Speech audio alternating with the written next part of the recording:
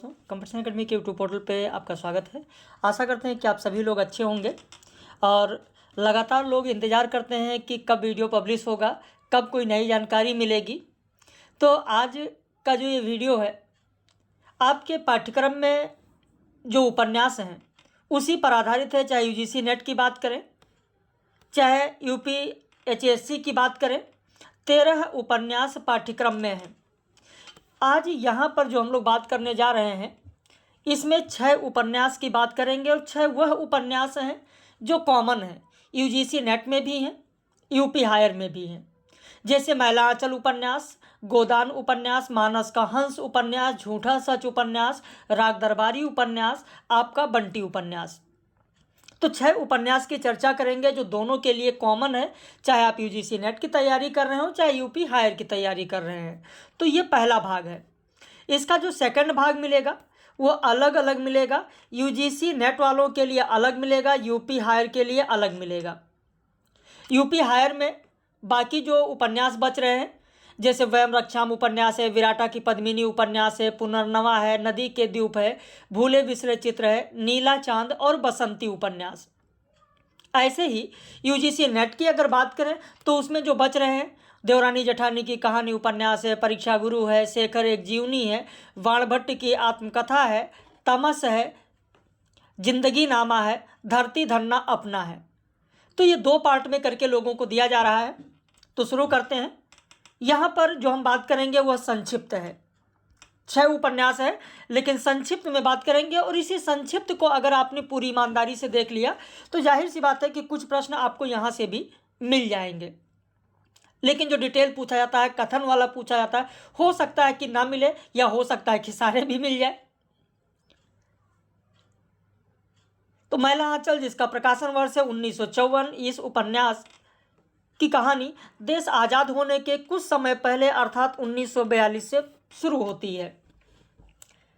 इस उपन्यास के उपन्यासकार फणीश्वरनाथ रेणु, जिन्हें आज़ादी के बाद का प्रेमचंद कहा जाता है, इन्होंने मैला आंचल ही नहीं, प्रति परिकथा लिखा, जुलूस लिखा, कलंक मुक्ति यानी दीर्घ तपा जिसका नाम है, कितने चौराहे, पलटू बाबू रोड। तो इन सब पर भी परीक्षा में प्रश्न बनते हैं, तो उनका भी प्रकाशन वर्ष आप लोग जरूर ध्यान रखिए। इस उपन्यास में पूर्णिया जिले के मेरीगंज गांव की विस्तृत तथा समग्र कथा है, जिसमें उस अंचल की सुंदरता, कुरूपता का चित्रण, जातिवाद, अफसरशाही, अवसरवादी राजनीति, मठों और आश्रमों का पाखंड भी दिखाया गया है। वैसे आप देखेंगे तो उत्तरी भारत की जो भी व्यवस्था है वो सारी व्यवस्थाएं लगभग इसमें आपको देखने को मिलेंगी। निर्मल वर्मा ने कहा भी है कि बिहार के एक छोटे भूखंड की हथेली पर उन्होंने यानी फणीश्वरनाथ रेणु ने समूचे उत्तरी भारत के किसान की नियत रेखा को उजागर किया था। फणीश्वरनाथ रेणु ने मैला आंचल उपन्यास का जो शीर्षक लिया है वह सुमित्रानंदन पंत की कविता से लिया है। सुमित्रानंदन पंत की एक कविता है जिसका नाम है भारत माता। हो सकता है कि कुछ लोगों को ना पता हो, भारत माता, जो कि ग्राम्या में संकलित है। ये भी बता दें, ग्राम्या में संकलित है। तो उसी से शीर्षक इन्होंने लिया है। इसी उपन्यास के कथानक के आधार पर डॉक्टर इंदु प्रकाश ने रेणु को नादान कथाकार कहा। इसकी भूमिका में ये कहा गया है कि इसमें सूल भी है, फूल भी, गुलाब भी, कीचड़ भी, और परीक्षाओं में पूछा भी जाता है, आपने देखा भी होगा। फणीश्वरनाथ रेणु ने अपनी संस्मरणात्मक रचनाओं को जर्नल कहा है। निर्मल वर्मा ने फणीश्वरनाथ रेणु के बारे में कहा कि वह अब नहीं है। जब यह मैंने सुना कि अब वह नहीं है तो ये मेरे लिए अब भी यह एक अखबारी अफवाह है। लगता है कि फणीश्वरनाथ रेणु आज भी हैं। वह समकालीन हिंदी साहित्य के संत लेखक थे। जैसा कि मैंने निर्मल वर्मा का यह कथन अभी आपको पहले ही बताया। मैला आंचल उपन्यास में 2 खंड हैं। पहले खंड में 44 अध्याय है और दूसरे खंड में 23 अध्याय है। तो इसमें 2 खंड है, दोनों खंडों की बात की गई है। मैला आंचल की जो कथा है वो कथा भूमि है मेरीगंज। मेरीगंज के बारे में अध्याय 2 में बताया गया है और मेरीगंज का पूरा विवरण दिया गया।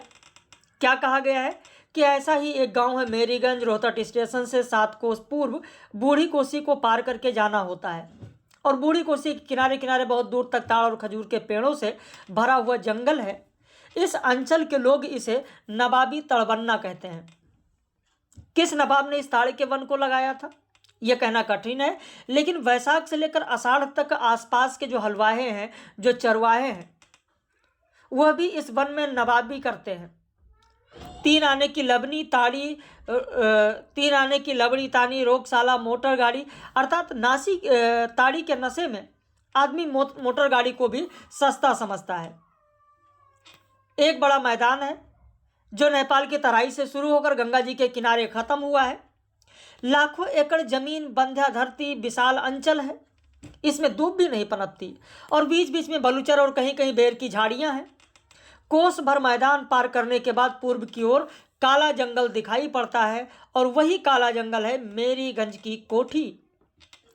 आज से करीब 35 साल पहले, बहुत ही महत्वपूर्ण तथ्य हैं, आज से करीब 35 साल पहले W.C. मार्टिन ने इस गांव में कोठी की नींव डाली और आसपास के गांव में ढोल बजवाकर ऐलान किया कि आज से इस गांव का नाम हुआ मेरीगंज। खैर, मेरीगंज से पहले वहां का क्या नाम था इसका जिक्र कहीं पर नहीं मिलता है।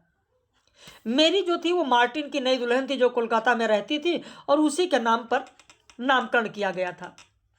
जो मेरीगंज है इसमें सभी जाति के लोग हैं, 12 वर्ण के लोग रहते हैं। कहा जाता है पूरा समाज जाति के आधार पर बटा है और एक दूसरे के प्रति ईर्ष्या द्वेष की भावना भी है, तभी टोलों में बटा हुआ है। और इस उपन्यास में लोगों को संगीत और नृत्य, भौजिया गीत, विदापत नृत्य, जाट जट्टिन खेल, सुरंगा सदाब्रज की कथा के माध्यम से मनोरंजन भी किया गया है। मेरीगंज की जो फसल थी वो मुख्य फसल गेहूं थी, लेकिन इसमें धान भी होता था, पाट भी होता था, खेसारी भी होता था। अगर बाई द वे परीक्षा में आपको मुख्य फसल के रूप में धान मिलता है तो भी आप लगा सकते हैं, क्योंकि आप देखेंगे 6-6 महीने की ये फसलें हैं, तो धान और गेहूं दोनों हैं। कायस्थ टोली को मेरीगंज के लोग क्या कहते थे? मालिक टोला। राजपूत लोग कायस्थ टोली को कैथ टोली कहते थे। राजपूत टोला को जो कायस्थ लोग थे वो सिपहिया टोला कहते थे। यादव टोला को गुअर टोली कहा जाता था। तो इन टोलों का नाम भी आपको ध्यान रखना है। कायस्थ टोली के जो मुखिया है विश्वनाथ प्रसाद, वो राजपार सवंगा के तहसीलदार हैं। तहसीलदारी उनके खानदान में 3 पुश्तों से चली आ रही है। ठाकुर रामकृपाल सिंह राजपूत टोली के मुखिया हैं। इनके दादा महारानी चंपावती की स्टेट के सिपाही थे। यादव टोला के मुखिया जो खिलावन यादव हैं, यादव टोला में 12 माह शाम का अखाड़ा जमता है और 4 बजे दिन से ही शोभन मोची ढोल पीटता रहता है। सारे मेरीगंज में कुल कितने पढ़े लिखे लोग हैं? तो मात्र 10 पढ़े लिखे लोग हैं। पढ़े लिखे का मतलब होगा केवल अपना सिग्नेचर कर लेते हैं। सिग्नेचर करने से लेकर तहसीलदारी की पढ़ाई तक नए पढ़ने वाले लोगों की संख्या 15 हो गई है।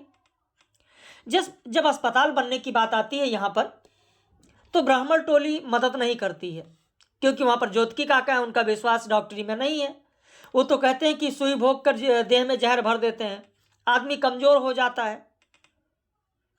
इधर महंत रामदास गाते हैं कि सतगुरु सेवा सत्य करिमाने, सत्य विचार सेवक चेला, सत्य गुरु सो गुरु वचन निहार। बालदेव कहता है कि भौजी भी बहुत अनमनी थी और दोनों की तरह और हमेशा की तरह बैठकर बातें नहीं की। भौजी बोरसी अर्थात अंगीठी के पास बैठकर हुक्का पीती रहती थी। गांव के लोग बालदेव को टुरवा कहते थे। टुरवा का आशय होगा अनाथ। सुनकर माँ बहुत गुस्सा होती हैं, कहती हैं बाप के मरने से कोई टुअर या अनाथ थोड़े हो जाता है। माँ के मरने के बाद बालदेव बहुत दिन तक अजोधी भगत की बहस चराता था। अजोधी भगत की पत्नी बूढ़ी के बारे में कहता है कि वो खेकसिहारी अर्थात लोमड़ी की तरह हरदम खे करती थी। अजोधी भगत की पुत्री रूपमती थी जो बालदेव को बल्ली कहती थी। यह आपके लिए बहुत ही महत्वपूर्ण तथ्य है। रूपमती किसकी पुत्री थी? अजोधी भगत की। क्योंकि कभी कभी आपने देखा होगा पिता पुत्री का जोड़ा या माता पुत्र का जोड़ा या पति पत्नी का जोड़ा भी मिलान के लिए पूछा जाता है। यह बालदेव को बल्ली कौन कहता था? तो रूपमती कहती थी।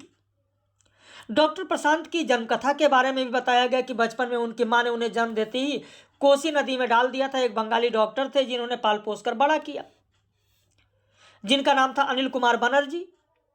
डॉक्टर प्रशांत की नियुक्ति हो जाती है मेरीगंज में मलेरिया सेंटर में।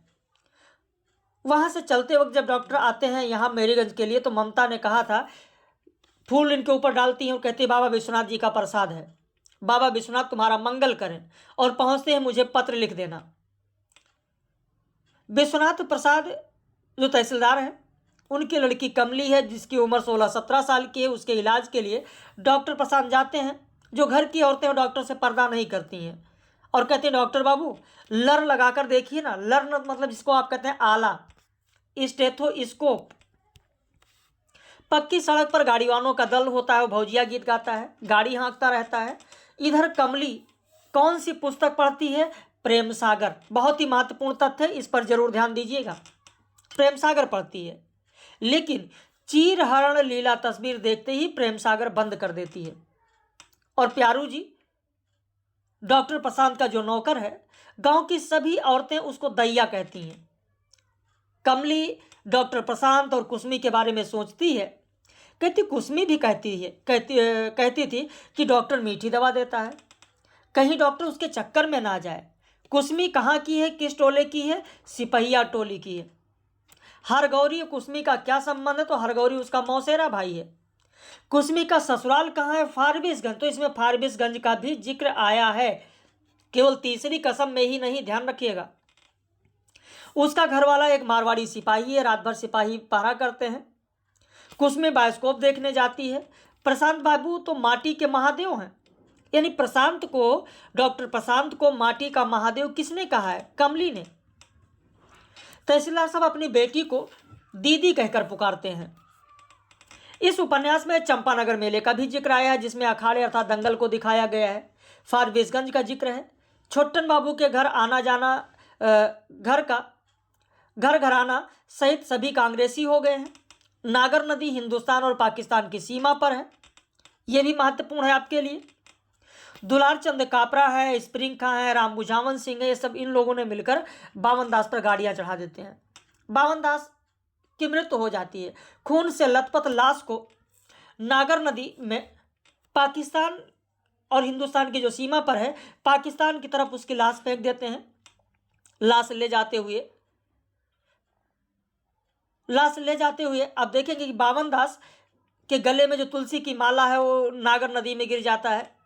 लाश लेकर लोग जा रहे होते हैं, यानी दुलार स्प्रिंग खां, राम बुझावन। तब दुलार चंद कापरा जो हैं वो झोली लेकर साथ साथ में चल रहे हैं। सुबह होता है, पाकिस्तान के सिपाहियों ने बावन दास की लाश को देखा और भारत की तरफ फेंक दिया और उनकी झोली को एक पेड़ से लटका दिया। दुलार चंद 1 महीने के बाद जाकर उधर से देखते हैं तो कलीमुद्दीन में नागर नदी के किनारे चोरघट्टा के पास साहुन के पेड़ की डाली से लटकती हुई खद्दर की झोली को किसी ने शायद टपा दिया है। तो ये उठाकर उसको नागर नदी में डाल देते हैं, लेकिन झोली का जो फीता है, जो टांगने वाला, वो उसी साहुन के पेड़ में फंसा रह जाता है। और किसी दुखिया आती है और समझती है कि ये चथरिया पीर है, चथरिया पीर की मजार है, और अपने आंचल का एक खूंट फाड़ कर बांध देती है।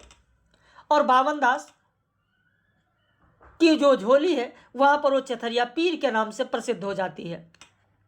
उपन्यास के पात्र बहुत सारे हैं, लगभग 265 हैं लगभग, जिसमें मैंने पात्र पूरा यहाँ दे दिया। ये PDF तो आप लोगों को दे ही देंगे। उपन्यास के कुछ महत्वपूर्ण कथन भी यहाँ पर दिए गए हैं। जैसे महंत सेवादास की मृत्यु होती है तो सबसे पहले रामदास माटी देते हैं, और उसके बाद लक्ष्मीदास मुट्ठी भर माटी महंत साहब के सफ़ेद चादर पर डाल देती हैं, फूलों की माला डालती हैं। साधु लोग कुदाली से गोर से मिट्टी भरते हैं। चरणदास कहता है कि महंत साहब को लगाकर 10 महंतों को माटी दिया है, माटी देना भी नहीं जानेंगे। यानी किसने 10 महंतों को लगभग माटी दिया है अपने जीवन में? चरणदास। बालदेव लक्ष्मी कोठारिन से कहता है कि कोठारिन जी, असल चीज है मन, कंठी तो बाहरी चीज है। वहीं ज्योतिकी काका कालीचरण को नक्षत्र बली कहते हैं। तंत्रिमा टोली में सुरंगा सदाब्रिज की कथा होती है। महंगू दास की बेवा बेटी जिसका नाम फुलिया है, फुलिया से चुमावना अर्थात सगाई की बात पक्की करने के लिए पूर्णिया स्टेशन के जो खलासी हैं वो आते हैं, लेकिन फुलिया सहदेव मिसिर को चाहती है। सहदेव मिसिर कहते हैं, अरे जात धर्म फुलिया, तू तो हमारी रानी है, तू हमारी जाति, तू ही हमारी धर्म। इधर तहसीलदार साहब के खम्हार के साथ ही गांव के और किसानों का खम्हार खुलता है। तहसीलदार साहब का खम्हार बड़ा खम्हार कहलाता है। जरीद हाड़ से अर्थात बाढ़ सूखा से बचकर भी 200 मन धान होता है। साल भर की कमाई का लेखा जोखा खम्हार में ही होता है। यह कथन बहुत ही महत्वपूर्ण है कि 2 महीने की कटनी, 1 महीने की मरनी, फिर साल भर की कटनी, दबनी, मरनी करके जमा करो, साल भर का खाए हुए का कर्ज हिसाब करके चुकाओ, और बाकी रह जाए तो सादा कागज पर टीप लगाओ। ये कथन आता है तो कई सारे लोग गोदान में चले जाते हैं कि गोदान का कथन होगा। इधर कॉमरेड सैनिक जी कहते हैं कि जिस तरह सूरज का डूबना एक महान सच है, पूंजीवाद का नाश होना उतना ही सच है। सोशलिस्ट पार्टी की लाल पत्रिका के संपादक जो चिंगारी जी हैं, वो सैनिक जी से कहते हैं कि मैं लक्ष्मी जी पर एक मुक्त छंद लिखना चाहता हूँ। वो महान सतगुरु की सेविका, गायिका, पवित्र धर्म ग्रंथ की वो महान मार्क्स के दर्शन की दर्शिका, सुदर्शने प्रियदर्शनी। इस उपन्यास में कमली जो है वो तहसीलदार कमली है, तहसीलदार साहब है, कालीचरण है, ये सब भूत प्रेत में विश्वास नहीं करते हैं। कमली नल दमयंती किताब पढ़ती है, ये भी आपके लिए बहुत ही महत्वपूर्ण है। नल दमयंती किताब पढ़ती है। किताब में फोटो नल दमयंती की बनी होती है। उसमें नल के नीचे डॉक्टर प्रशांत पेंसिल से लिख देती है और दमयंती के नीचे कमली लिख देती है। तो यहाँ पर जितने महत्वपूर्ण तथ्य हैं वो मैंने दिया है। ये पीडीएफ भी आप लोगों को जो हमारे पेड मेंबर्स हैं उनको भेज दिया जाएगा। ये भी आपको बताना चाहेंगे कि सभी इकाई पर 700 पेज का पीडीएफ लोगों को दिया गया है। उसके लिए कुछ शुल्क निर्धारित किया गया था। जिन लोगों ने शुल्क जमा किया है उन्हें वो 700 पृष्ठ का पेज दिया गया, जिसमें सारी कहानी पर आधारित प्रश्न एक साथ, उपन्यास पर आधारित एक साथ, नाटक पर आधारित एक साथ, निबंध पर आधारित एक साथ, काव्य शास्त्र में 2 पीडीएफ किया गया, भारतीय काव्य शास्त्र अलग, पाश्चात्य काव्य शास्त्र अलग। तो कुल टोटल देखा जाए तो 12 पीडीएफ है, जिसमें लगभग 700 पेज है, 5000 लगभग प्रश्न है। शुल्क निर्धारित है। अगर आप भी लेना चाहेंगे तो इस नंबर पर आप संपर्क कर सकते हैं, उसका स्क्रीनशॉट ले लें। बाकी ये पार्ट जो आप देख रहे हैं, ये पार्ट भी ऐसे ही आपको पूरा संक्षिप्त मिलेगा। आज 6 उपन्यास की बात हो रही है, तो संक्षिप्त में हम लोग चल रहे हैं। संक्षिप्त में चल रहे हैं, जो महत्वपूर्ण है सिर्फ वही चीज़ें यहाँ पर लिया गया है। बावन दास का ये कथन है कि मुझे तो देखकर लोग ही लोग डर जाएंगे, डॉक्टर साहब मुझे और कोई काम दीजिए। वही बावन दास सोचता है अब लोगों को चाहिए कि अपनी अपनी टोपी पर लिखवा ले भूमिहार, राजपूत, कायस्थ, यादव, हरिजन, कौन कार्यकर्ता किस पार्टी का है समझ में नहीं आता। वही डॉक्टर प्रशांत कहते हैं कि गरीबी और जहालत इस रोग के 2 कीटाणु हैं। कालीचरण कहता है कि पूंजीपति और जमींदार खटमलों और मच्छरों की तरह शोषक हैं। बरसात होने के लिए जाट जट्टिन जो खेल होता है महिलाओं द्वारा, उसमें मखनी जाट बनती है, रमपियरिया जट्टिन बनती है, फुलिया डॉक्टर बनती है, सुरती रोगी बनती है। ममता डॉक्टर प्रशांत से कहती है तुमने कम से कम मिट्टी को तो पहचाना है। मिट्टी और मनुष्य से मोहब्बत छोटी बात नहीं। कमला के पुत्र होता है, ममता ने कमला के पुत्र को नीलोत्पल नाम दिया, ये भी आपके लिए महत्वपूर्ण तथ्य है। डॉक्टर प्रशांत ममता से कहते हैं कि मैं प्यार की खेती करना चाहता हूँ, आंसू से भीगी हुई धरती पर प्यार के पौधे लहलाएंगे। तो इतना बड़ा उपन्यास है, और इतने बड़े उपन्यास को आपने देखा कि कम से कम में यहाँ पर कम से कम में 4 पेज में आप लोगों को संक्षिप्त दिया गया। वैसे 353 पृष्ठ हैं, पूरे उपन्यास में 353 पृष्ठ हैं, लेकिन यहाँ मात्र 4 पृष्ठ में जो महत्वपूर्ण चीज़ है संक्षिप्त में बताया गया आपको। अब इसके बाद झूठा सच उपन्यास की बात करें, जो कि यशपाल का है। झूठा सच उपन्यास, भाई डिटेल तो लोगों को पढ़ाया ही गया है, लेकिन यहाँ पर सिर्फ हम लोग संक्षिप्त लेकर चल रहे हैं। डिटेल लोगों को तो पढ़ा ही दिया गया, अब इतना समय नहीं है कि पूरा डिटेल हम लोग लेकर चलें। यशपाल का झूठा सच, यह उपन्यास 2 भागों में है। पहला भाग है वतन और देश, जो कि 1958 ईस्वी में प्रकाशित हुआ। इस उपन्यास का दूसरा भाग है देश का भविष्य, जो कि 1960 में प्रकाशित हुआ। इस उपन्यास के पहले भाग में राष्ट्र विभाजन और त्रासदी का चित्रण किया गया है, जिसका समय 1943 से 47 तक है। दूसरे भाग में स्वतंत्रता प्राप्ति और देश के विकास तथा देश के भावी निर्माण में बुद्धिजीवियों की भूमिका का यथार्थ चित्रण है, जिसका समय 1947 से 1957 तक है। तो यहाँ पर आपके लिए यह प्रश्न जरूर बन सकता है कि झूठा सच में कब से कब तक की बात की गई है, या इनके और उपन्यास कौन कौन से हैं। तो ये भी प्रकाशन वर्ष के अनुसार पूछा जा सकता है। दादा कामरेड उपन्यास है, देशद्रोही उपन्यास है, पार्टी कामरेड है, दिव्या है, मनुष्य के रूप है, अमिता है। तो इस तरीके से 12 घंटे है, अप्सरा का श्राप है। तो इन सब पर पूछा जा सकता है, तो इसे आप लोग जरूर ध्यान रखें। इस उपन्यास में सांप्रदायिक दंगों की जो भयावहता है वो पहले खंड वतन और देश में है। इसी में विभाजन के वास्तविक कारणों, विभाजन के समय की दर्दनाक स्थितियां, विस्थापितों और शरणार्थियों की समस्याओं को दिखाया गया है।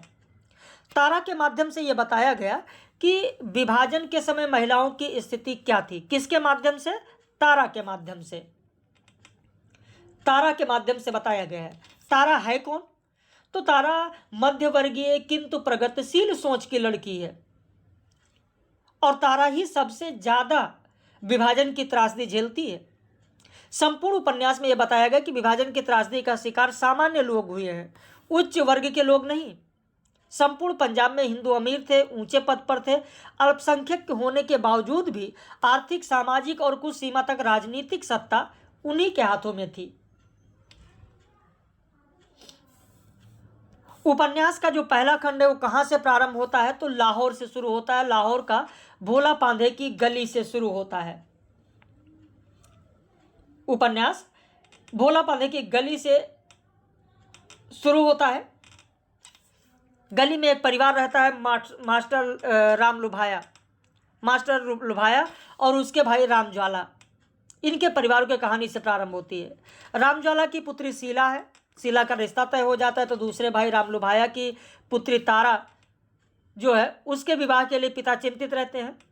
तारा विजातीय कामरेड असद से प्रेम करती है, जिसके कारण उसके पिता तारा का विवाह सोमराज से कर देते हैं। तारा का भाई जयदेव पूरी जेल में रहता है, वहाँ से छूट कर आता है। तब तक बहन तारा की शादी हो जाती है। सोमराज पहले ही दिन से तारा पर अत्याचार करता है, तभी दंगा प्रारंभ हो जाता है। उसी वक्त के दौरान दंगा शुरू हो जाता है। तारा मुसलमानों के हाथ लग जाती है और वहाँ उसकी दुर्गति होती है। यशपाल कहते हैं कि झूठा सच में सच को कल्पना से रंग कर इस जन समुदाय को सौंप रहा हूँ, जो सदा झूठ से ठगा जाकर भी सच के लिए अपनी निष्ठा और उसकी ओर बढ़ने का साहस नहीं छोड़ता है। वैसे जो तारा है, तारा के बारे में आपको पता है, थोड़ा सा यहाँ पर आप जान लें कि तारा और शीलो दो भाइयों की आपस में बहनें हैं। जैसा राम लुभाया और राम ज्वाला की मैंने बात की, शीलो जो है वो रतन को हृदय से चाहती है। शीलो जो है वो किसको चाहती है? तो रतन को चाहती है। शीलो या शीला, लेकिन किसी दूसरे व्यक्ति से विवाह होने पर भी संतुष्ट है। जो तारा इधर है, दूसरे भाई की पुत्री तारा की रुचि पढ़ाई की ओर अधिक था और वो लाहौर के एक कॉलेज में लड़कों के साथ पढ़ती है। तारा कहाँ तक पढ़ना चाहती है? तो एमए तक पढ़ाई पढ़ना चाहती है, और उसकी जब शादी होने को होती है उसका विरोध भी करती है, लेकिन ऐसा नहीं हो पाता है। काशीनाथ सिंह ने कहा है कि यशपाल का झूठा सच हिंदी साहित्य में एक मील का पत्थर है। इसमें विभाजन की त्रासदी को व्यापक फलक पर प्रस्तुत किया गया है। हिंदी में विभाजन के बारे में लिखा गया सर्वोत्तम उपन्यास है। बाकी झूठा सच उपन्यास के जो पात्र हैं वो यहाँ पर मैंने दिया। तारा है, जयदेवपुरी, कनक, असद जो है लाहौर के कामरेड युवा पार्टी में है, शीला है, प्राणनाथ है जो अर्थशास्त्र के प्रोफेसर हैं। स्क्रीनशॉट लेना चाहे तो आप स्क्रीनशॉट ले लें। सोमराज गिरधारी लाल नया हिंद पब्लिक के मालिक हैं। महेंद्र नैयर पेशे से वकील हैं। करमचंद कशिश पैरोकार पत्रिका के संचालक हैं। तो इस तरीके से यहाँ पर जिनके बारे में थोड़ा देना जरूरी है उनका परिचय वो मैंने यहाँ पर दे दिया है, तो स्क्रीनशॉट आप ले सकते हैं। इस उपन्यास के महत्वपूर्ण कथन की अगर बात करें तो नैयर कहते हैं कि स्वाभाविक पर भी नियंत्रण जरूरी होता है। संयम ही संस्कृति है। व्यवहार रूढ़ि बनकर संस्कृत कहलाता है। तुम्हें तो मालूम होगा कि टॉलस्टॉय के व्यवहारों के कारण उसकी पत्नी कितनी बार आत्महत्या के लिए उतारू हो गई थी। साहित्य और कला टॉलस्टॉय से में भी कम नहीं थी। जरा सोचो, मनुष्यत्व एक चीज़ है और कला दूसरी चीज़ है। ये वकील साहब कहते हैं, नैयर कहते हैं, महेंद्र नैयर। पैरोकार पत्रिका के जो करमचंद कशिश हैं वो कहते हैं कि जर्नलिज्म सियासत का जहाज है। बहुत ही महत्वपूर्ण कथन है, ध्यान रखिएगा। वो चाहे तो स्टेट को बचा ले, चाहे डुबो दे। वहीं लेखक का कथन है, या कलाकार या लेखक का यश पोला ढोल होता है जिसकी गूंज दूर तक जाती है लेकिन भीतर पोल होता है। वहीं सीलो कहती है कि मोहब्बत का धर्म अपनी जगह, घर बार का धर्म अपनी जगह। मोहब्बत की तो रीति ही ऐसी है, चली आई है। बड़ों ने भी वही किया है। क्या कृष्ण महाराज का गोपियों से प्रेम था तो क्या उनके लिए उन्होंने रुक्मणी को छोड़ दिया था? तो ये भी एक महत्वपूर्ण कथन है। तारा कहती है भगवान मनुष्य की जितनी अधिक चिंता करता है उससे अधिक मनुष्य भगवान की चिंता करता है। तारा कहती है कि स्त्रियों का भाग्य पुरुषों की प्रसन्नता और उनके निर्णय पर ही आश्रित है। एक बार यह किसी परीक्षा में पूछा भी गया है, आपने देखा भी होगा। रावत कहते हैं पहनने की कला इसी में कि परिधान का यत्न प्रकट न हो। वही लेखक कहता है कि जब मनुष्य अभाव के गाढ़े में होता है तब उसे असमर्थता की दीवारें बंदी बनाए रखती हैं। उसे सफलता को कोई मार्ग दिखाई नहीं दे सकता। साधनों की सीढ़ी पा जाने पर मनुष्य की दृष्टि अभाव के गाढ़े से ऊपर उठ जाती है। जैसा आप जानते हैं कि जयदेवपुरी जेल में रहता है, जेल से छूट कर आता है, घर की आर्थिक स्थिति अच्छी नहीं होती है, जिसके कारण जयदेवपुरी आप देखेंगे कि उर्मिला को पढ़ाना शुरू कर देता है। उर्मिला सुंदर और चपल है और उसका हृदय पढ़ने में नहीं लगता, वो पुरी की ओर आकर्षित हो जाती है। तो खैर जब पूरा डिटेल में पढ़ाया गया तब वो पूरी कहानी बताई गई। यहाँ संक्षिप्त चल रहा है तो इसीलिए बहुत ज़्यादा हम लोग डिटेल नहीं चल पा रहे हैं, क्योंकि 2 दिन में ये उपन्यास ऐसे शॉर्ट में कराना है और लोगों को ये PDF देनी है। तो उर्मिला चूँकि आकर्षित हो जाती है पुरी की ओर। थोड़ा सा समझा देते हैं आपको। पुरी की माँ एक दिन दरवाजे के पीछे से अपनी पुत्री को पुरी का चुंबन करते देख लेती है। तो इस संबंध में पुरी के हृदय में कोई दुख नहीं होता है, क्योंकि पुरी महत्वाकांक्षी ये बुद्धिजीवी है। उसके मन में अपने बौद्धिक और कलात्मक जीवनी की संगिनी के रूप में एक विशिष्ट युवती की कल्पना है। वो सोचता है दलदल में फंस जाने से बच गया। और इधर पुरी की जो बहन है तारा का पति सोमराज परीक्षा भवन में नकल करते पकड़ लिया जाता है और इस अपराध में परीक्षा भवन से निकाल दिया जाता है। तो ये जानकर पुरी तारा को आश्वासन देता है कि उसका विवाह ऐसे अयोग्य व्यक्ति से नहीं होगा। तो ये बहुत सारी कहानी इसमें ट्वीट आती रहती है और पूरा पढ़ाया गया है, तो खैर पढ़ाया ही मैंने आप लोगों को, लेकिन अभी तो संक्षेप में ही हम लोग यहाँ पर चल रहे हैं। मानस का हंस उपन्यास की अगर बात करें तो अमृतलाल नागर के जो भी उपन्यास हैं आप देखेंगे बहुत ही महत्वपूर्ण हैं, क्योंकि जब अमृतलाल नागर की बात होती है तो ये वही अमृतलाल नागर हैं जो प्रारंभ में मेघराज इंद्र नाम से उपनाम से कविताएं लिखते थे। इन्होंने चकल्लस का भी संपादन किया है।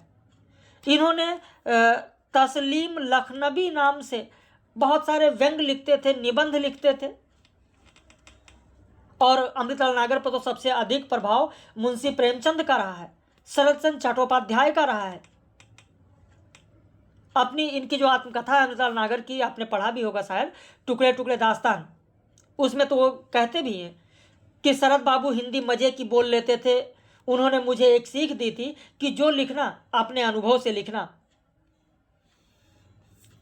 तो इस तरीके से अमृतलाल नागर के बारे में बहुत अच्छी अच्छी चीज़ें आपको जानने को मिलेंगी। उन्होंने जो उपन्यास लिखा, उपन्यासों में आप देखेंगे जीवनी परक उपन्यास, 2 उपन्यास लिखा जीवनी परक। एक तो ये जीवनी परक उपन्यास है मानस का हंस, दूसरा जीवनी परक जो इन्होंने लिखा है वो खंजन नयन लिखा है। तो 2 उपन्यास इन्होंने जीवनी परक लिखा है। बाकी एक एकदा नैमिषारण्य है जो पौराणिक है।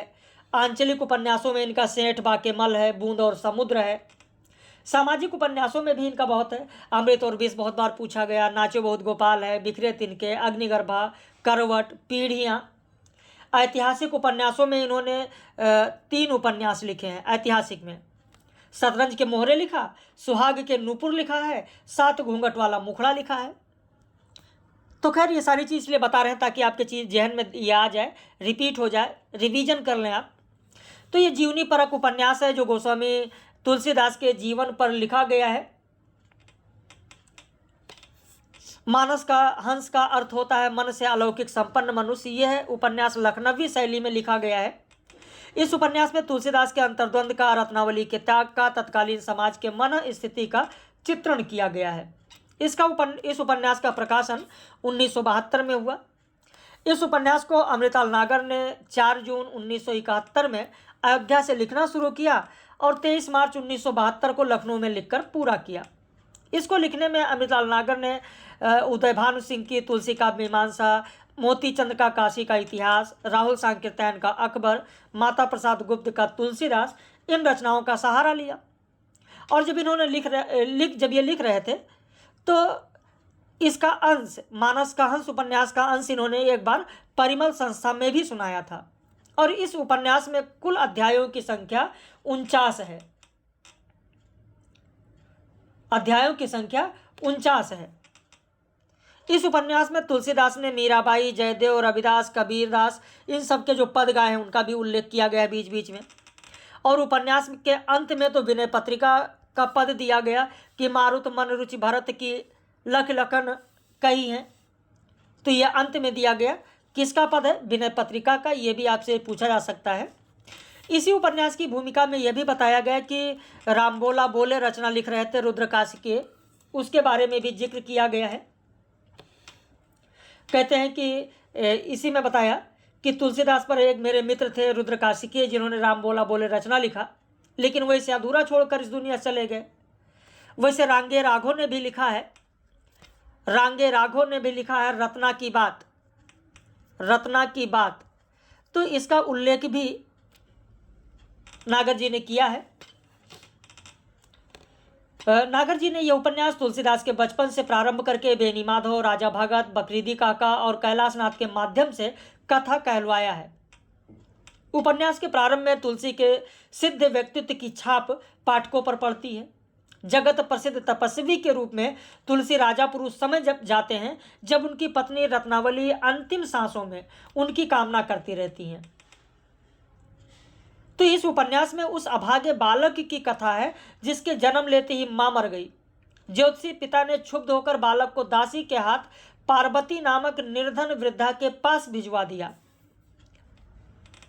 पार्वती जो लालन पालन करने वाली थी उनका नाम था, उनके पास भिजवा दिया।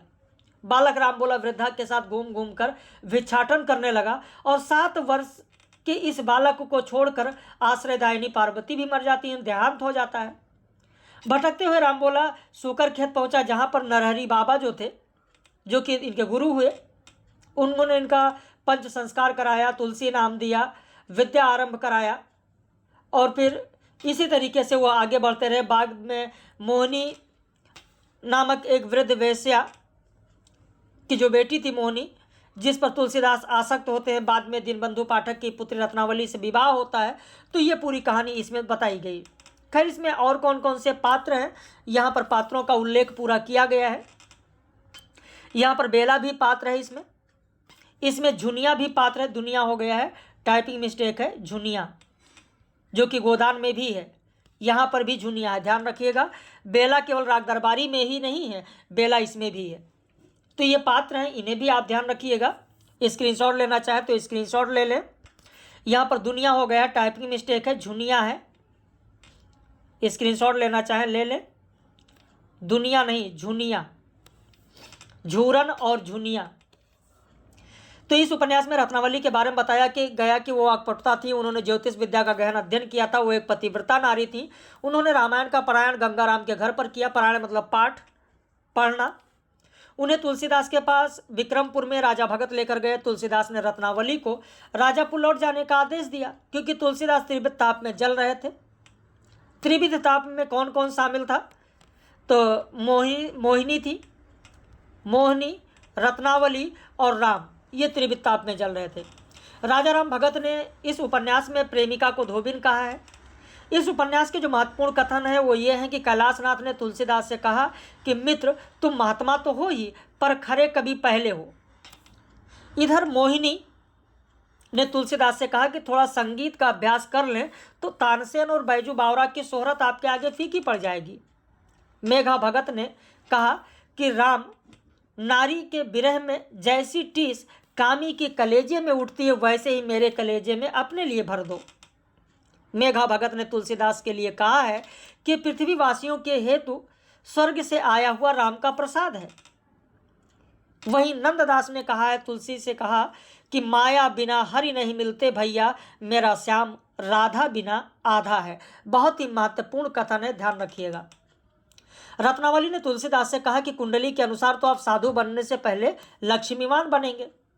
इधर रामू द्विवेदी ने एक पद सुनाया था और यह पद बहुत ही महत्वपूर्ण है कि ऐसो को उदार जगमाही। किसका पद है? रामू द्विवेदी का। इधर गुरु पत्नी ने कहा कि प्रतिष्ठा तो हृदय की होनी चाहिए, जवाहरात वही है, बुद्धि अहंकार आदि तो केवल जौहरी मात्र है। मेघा भगत ने कहा है कि प्रेम ऐसी मूसलाधार बरसात है जिसमें बरसात का पानी तो दिखाई नहीं देता पर धरती तर हो जाती है। सूर्य का ताप अग्नि की लपटों से लगता जरूर है, लेकिन वह जलन कैसी है? शीतल है, उर्वर है। इधर टोडरमल ने कहा कि जिस दिन गठजोड़े से महात्मा जी का जूठन गिरने का सौभाग्य मेरे घर को मिलेगा। आयु में मोहिनी तुलसीदास से लगभग 2-4 वर्ष बड़ी थी। मोहिनी बड़ी थी तो सबसे पहले बड़ी तीनों में मोहिनी बड़ी थी। मोहिनी से छोटे तुलसीदास थे और तुलसीदास से छोटी रत्ना थी। अगर क्रम से कभी पूछा जाए तो ध्यान रखिएगा। तुलसीदास सोचते हैं कि प्रेम का प्रतिदान देना क्या पाप है। ये बहुत ही महत्वपूर्ण कथन है, ये बहुत ही महत्वपूर्ण कथन है, ध्यान रखिएगा कि प्रेम का प्रतिदान देना क्या पाप है। तुलसीदास ने गुरु जी से कहा कि खिलती कली को तोड़कर हार में गूंथना बुद्धिमत्ता नहीं होती। इधर कैलाशनाथ ने कहा कि नदिया के चैतन्य महाप्रभु के कृष्ण प्रेम की चर्चा बहुत सुनी थी, लेकिन भगत जी का राम प्रेम तो प्रत्यक्ष देख रहा हूँ। इधर मोहिनी ने तुलसीदास से कहा कि हम यदि सुख से साथ जी नहीं सकते तो मर तो सकते हैं, तुम्हारे साथ रहकर मरने में भी मुझे सुख है। तो तुलसीदास मोहिनी को समझाते कहते, देखो व्यर्थ में मरकर तुमको आखिर क्या मिलेगा? धन, ये जो धन है, वैभव है, मान है, सम्मान है, तुम्हें भले ही मेरे साथ ना मिले, लेकिन अगर हम सुख से जी सके तब तो भाग चलने में सार्थकता है, नहीं तो ये निरी मूर्खता का काम होगा। मोहिनी ने कहा तुलसीदास से कि प्रेम विचार विचरण मात्र से नहीं होता ब्रह्मचारी जी, वह मनुष्य को कर्म संलग्न करना जानता है। मनुष्य के मन से सुंदर और कुछ भी नहीं होता। ईश्वर यदि है तो मनुष्य के मन में ही समाये हैं। उसे तोड़कर जाओगे पंडित जी तो तुम्हें राम कदापि नहीं मिलेंगे, ये मोहिनी ने कहा। इधर कैलाशनाथ ने कहा कि हाँ, वीर भूमि के दर्शन करना तीर्थ दर्शन समान ही पुण्यदायक होता है। एक बार तुलसीदास से अयोध्यावासी एक संत ने कहा था, तुलसीदास ये कभी ना भूलना कि जो देवता मंदिर में प्रतिष्ठित होकर लाखों के द्वारा पूजा जाता है, वह पहले शिल्पी के हाथों या शिल्पी के हजारों हथौड़े की चोटें भी सहती है। तुलसीदास ने कहा कि पहले जमाने में आस्था से नंगी अपनी प्रजा को कपड़े पहनाने के लिए श्री राम ने कबीर जी को भेजा था। अब कपड़ों के साथ जेवर गहने पहनने के दिन भी आ गए हैं, तो राम जी की दुकान में हमारे मेघा भगत जैसी विभूतियां भी चाकरी बजा रही हैं। गंगाराम ने एक बार कहा था कि टोडरमल से कि टोडर, सूर्य को कोठरी में बंद नहीं किया जा सकता, यह जैसा जीवन बिताना चाहते हैं वैसा ही बिताने दो। इसी पर तुलसीदास ने कहा है कि वन के पक्षी को चाहे सोने के पिंजरे में क्यों न रखो, हीरे मोती मणिक जड़ी कटोरियों में दाना पानी क्यों ना दो, लेकिन जो सुख उसे डाल डाल पर डोल डोल कर चहकने में मिलता है वो पिंजरे में नहीं मिलता है। तो ये तुलसीदास ने कहा है। इस उपन्यास में झूरन साहू जो लोगों को कर्ज देता है, झुनिया लोगों को कर्ज दिलाती है। एक दिन कुछ लड़के झूरन और झुनिया को घर से घसीट कर बाहर ले आते हैं और उसकी पिटाई भी करते हैं। इसका भी जिक्र इसमें हुआ है। नारी भले ही कामवश माता क्यों न बने, लेकिन माता बनकर वो एक जगह निष्काम भी हो जाती है और पुरुष पिता बनकर भी अपना दायित्व अनुभव नहीं करता है। वह निरे चाम का लोभी है, जीव में रमे राम का नहीं। बाकी एक ये रत्नावली का कथन है। तो इस तरीके से आपने देखा इस उपन्यास में भी बहुत ही संक्षिप्त में हम लोग चल रहे हैं, क्योंकि अभी इतना संक्षिप्त जब चल रहे हैं हम लोग, तब आपने देखा कि 40 मिनट हो चुके हैं। अब इसके बाद में अगर हम राग दरबारी उपन्यास की बात करें तो इसका प्रकाशन है 1968, राग दरबारी का। श्रीलाल शुक्ल का यह उपन्यास है। श्रीलाल शुक्ल जिनका जन्म लखनऊ के अतरौली कस्बे में हुआ था। इनके पितामह संस्कृत और उर्दू के फारसी के ज्ञानी थे, संगीत के शौकीन थे। इनका विवाह श्रीलाल शुक्ल का जो हुआ था वो गिरजा देवी से हुआ था। श्रीलाल शुक्ल का व्यक्तित्व तो अपने आप में ही एक मिसाल थी। वह समकालीन कथा साहित्य में उद्देश्यपूर्ण व्यंग्य लेखन के लिए बहुत ही विख्यात थे। स्वतंत्रता के बाद के भारत के ग्रामीण जीवन की मूल्यहीनता को प्रस्तुत करने के लिए इन्होंने राग दरबारी उपन्यास लिखा, जिस उपन्यास को साहित्य अकादमी पुरस्कार भी मिला है। साहित्य अकादमी पुरस्कार भी मिला है।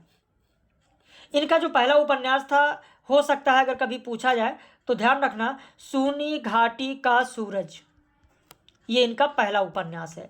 बाकी अज्ञातवास है, राग दरबारी तो आप यहाँ पढ़ेंगे ही, सीमाएं टूटती हैं, मकान, पहला पड़ाव, विश्रामपुर का संत, आदमी का जहर, राग विराग, तो ऐसे बहुत सारे उपन्यास श्रीलाल शुक्ल ने लिखे हैं। राग दरबारी की जब बात आती है तो राग दरबारी का जो प्रकाशन हुआ 1968 में हुआ। इसमें जो चित्रित गांव है वो शिवपालगंज है। इस उपन्यास में देश की शिक्षा व्यवस्था की दुर्गति का चित्रण है, न्याय की स्थिति का चित्रण है, बेशर्मी के साथ बेईमानी का चित्रण है, जमींदारी प्रथा के प्रभाव की कमी है, राजनीति में भ्रष्टाचार और गांव में आपसी रंजिश का चित्रण किया गया है। इस उपन्यास में आदर्शवाद और यथार्थवाद के बीच की खींचातान का भी चित्रण किया गया है। इस उपन्यास में कॉलेज, सहकारी समिति, ग्राम सभा का त्रिकोणात्मक संघर्ष भी दिखाया गया है। इस संघर्ष के केंद्र में वैद्य जी हैं। इस उपन्यास में शिवपालगंज गांव की जिंदगी का दस्तावेज जो स्वतंत्रता प्राप्ति के बाद ग्राम विकास और गरीबी हटाओ के नारों के आकर्षक नारों के बावजूद घिसट रहा था, वो दिखाया गया। इस उपन्यास में कुल 35 अध्याय है और अंत में पलायन संगीत है। किसके पलायन की बात की गई है, अभी उपन्यास में आप पूरा देखेंगे कि रंगनाथ के पलायन की बात की गई है। एक चीज़ ध्यान रखना, खैर इसमें 6 उपन्यास हैं, ये चौथे उपन्यास की बात हम लोग कर रहे हैं। इसका सेकंड पार्ट भी आपको देंगे, क्योंकि समय ऐसे तो बहुत ज़्यादा हो रहा है। सेकंड पार्ट आपका बंटी, सेकंड पार्ट में जो इसमें बचेगा आपका बंटी होगा और गोदान होगा, जो कि आपको द गुरु एकेडमी पर मिलेगा। द गुरु एकेडमी पर इसका सेकंड पार्ट मिलेगा। आप यूट्यूब पर जाए, द गुरु एकेडमी सर्च कर लें, या अभी इस वीडियो के डिस्क्रिप्शन में लिंक दे देंगे, तो वहाँ से भी आप the Guru academy YouTube channel को वहाँ से भी सब्सक्राइब कर लीजिएगा और सेकंड पार्ट वहीं पर आपको दे देंगे, क्योंकि इसमें समय काफ़ी हो रहा है, लगभग 50 मिनट का ये हो ही जाएगा, तो इसका सेकंड पार्ट भी दे देंगे और फिर थर्ड पार्ट में शेष बचे हुए उपन्यास दिए जाएंगे। इस उपन्यास के प्रमुख पात्र जो हैं उनकी बात करें, जैसे रंगनाथ हैं, वैद्य जी के भतीजे हैं, इतिहास से एमए इन्होंने किया है, 5-6 महीने की छुट्टी के लिए गाँव में आए हैं शिवपालगंज में। वैद्य जी छंगामल इंटर कॉलेज के मैनेजर हैं, कोऑपरेटिव यूनियन के मैनेजिंग डायरेक्टर हैं। रूपन बाबू वैद्य जी का बेटा है, छात्र नेता है, गयादीन की बेटी बेला से प्यार करता है। बद्री पहलवान वैद्य जी का बड़ा बेटा है। सनीचर जिसका नाम मंगलदास है, वैद्य जी के यहाँ भांग पीसता है और बाद में यही ग्राम प्रधान बनता है, बहुत ही महत्वपूर्ण है ये भी। मास्टर मोतीराम इंटर कॉलेज में विज्ञान के अध्यापक हैं और गांव में इनकी आटा चक्की भी है। खन्ना मास्टर इतिहास के मास्टर हैं। किस विषय के मास्टर हैं पूछा जा सकता है। अध्यापकों के नेता है, गुटबंदी भी चल रही है यहाँ पर। लंगड़ जो अस्थायी आम आदमी के प्रतिनिधि हैं, भ्रष्ट व्यवस्था के आगे झुकता है। राधेलाल झूठी गवाही देने में पारंगत है। जोगनाथ स्थानीय गुंडा है, वैद्य जी का आदमी है। बेला गयादीन की पुत्री है। इसके और रूपन बाबू के प्रेम के चर्चे पूरे शिवपालगंज में हैं। बंटा सिंह ट्रक ड्राइवर है और अशफाक जो अफसर है जो जांच कर रहा होता है ट्रकों की, परिवहन विभाग में जो वो अफसर है परिवहन विभाग का, उसका चपरासी है अशफाक। इसमें जो महत्वपूर्ण कथन है वो ट्रक ड्राइवर ने रंगनाथ के बारे में कहा कि 9 कंज लोचन कंज मुक्कर कंज पद कंजारूढ़म। ट्रक ड्राइवर ने कहा वर्तमान शिक्षा पद्धति रास्ते में पड़ी हुई कुतिया है जिसे कोई भी लात मार सकता है। किसने कहा है? तो ट्रक ड्राइवर ने कहा है। ट्रक ड्राइवर ने कहा है, ध्यान रखिएगा। थाना शिवपालगंज की स्थिति को शेरशाह के जमाने से तुलना की गई है। रूपन बाबू के बारे में कहा गया है कि उनकी इज्जत थी कि पूंजीवाद के प्रतीक दुकानदार उनके हाथ सामान बेचते नहीं अर्पित करते थे, और शोषण के प्रतीक इक्के वाले उन्हें शहर तक पहुंचाकर किराया नहीं आशीर्वाद मांगते थे। भाखड़ा नांगल बांध को देखकर कवियों ने कहा है कि अपना चमत्कार दिखाने के लिए देखो प्रभु ने भारत भूमि को ही चुना है।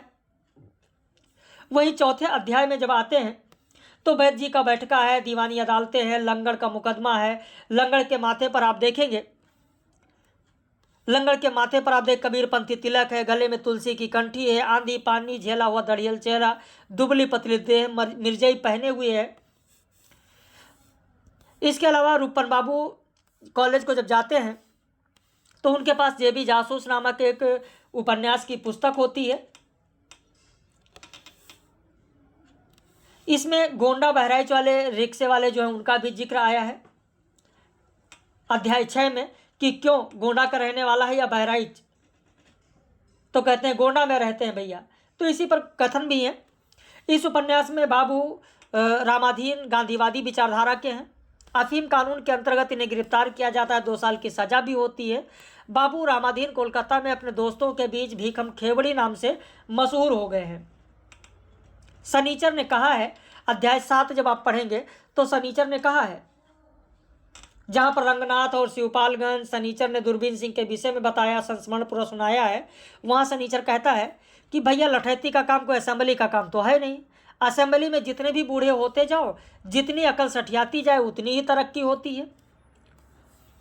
इसके बाद शिवपालगंज में दरोगा जी हैं, डाका पड़ता है, वहाँ की भाषा उस पर व्यंग किया गया है और कहा जाता है, ये भी कहा गया है कि लेक्चर का मजा तो है तब है जब सुनने वाला समझे कि बकवास कर रहा है, बोलने वाला भी समझे मैं बकवास कर रहा हूँ। शिवपालगंज में उस दिनों किसानों के लिए खूब विज्ञापन निकलता था। किसान है, बनियाई पहने हुए है, सर पर गमछा बांधे हुए है, गेहूं की बालियां लहरा रही हैं, पीछे एक खुशी से मुस्कुराती हुई महिला दूर खड़ी हुई है, और ऊपर और नीचे हिंदी और अंग्रेजी में लिखा होता था, अधिक अन्न उपजाओ। तो ये विज्ञापन का जो कोड था, जो कथन था, इस पर जरूर ध्यान दीजिएगा आप लोग कि क्या लिखा हुआ था, अधिक अन्न उपजाओ। प्रत्येक भारतीय जो अपना घर छोड़कर बाहर निकलता है भाषा के मामले में पत्थर हो जाता है। ये बहुत ही महत्वपूर्ण है, 8वें अध्याय में है। छंगामल इंटर कॉलेज की स्थापना जो हुई थी वो देश के नव नागरिक को महान आदर्शों की ओर प्रेरित करने और उन्हें उत्तम शिक्षा देकर राष्ट्र का उत्थान करने के लिए हुई थी। गयादीन ने कहा है कि नैतिकता समझ लो ये चौकी है, कोने में पड़ी है, सभा सोसाइटी के वक्त ही इस पर चादर बिछा दी जाती है और बड़े बड़े बहस होते हैं। छोटे पहलवान ने कहा हमें दर्शन वर्शन नहीं करना, यहाँ तो बस लाल लंगोटे वाले की सब गुलामी करते हैं और जितने देवी देवता हैं उनको भूसा समझते हैं। वैद्य जी ने कहा है कि सूर्य दिशा के अधीन होकर नहीं उगता, वह जिधर भी उदित होता है वहीं पूरब दिशा हो जाती है। मैथिली शरण गुप्त की पंक्तियां भी इसमें दी गई हैं।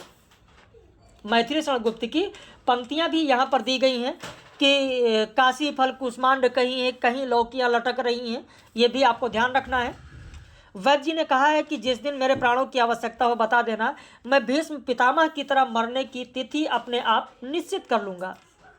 वहीं जो अंतिम है पलायन संगीत, उस पलायन संगीत में अगर आप ध्यान दें, जो कि पलायन संगीत रंगनाथ के लिए है, कहा गया है रंगनाथ के बारे में कि तुम मझोली हैसियत के मनुष्य हो और मनुष्यता के कीचड़ में फंस गए हो, तुम्हारे चारों ओर कीचड़ ही कीचड़ है।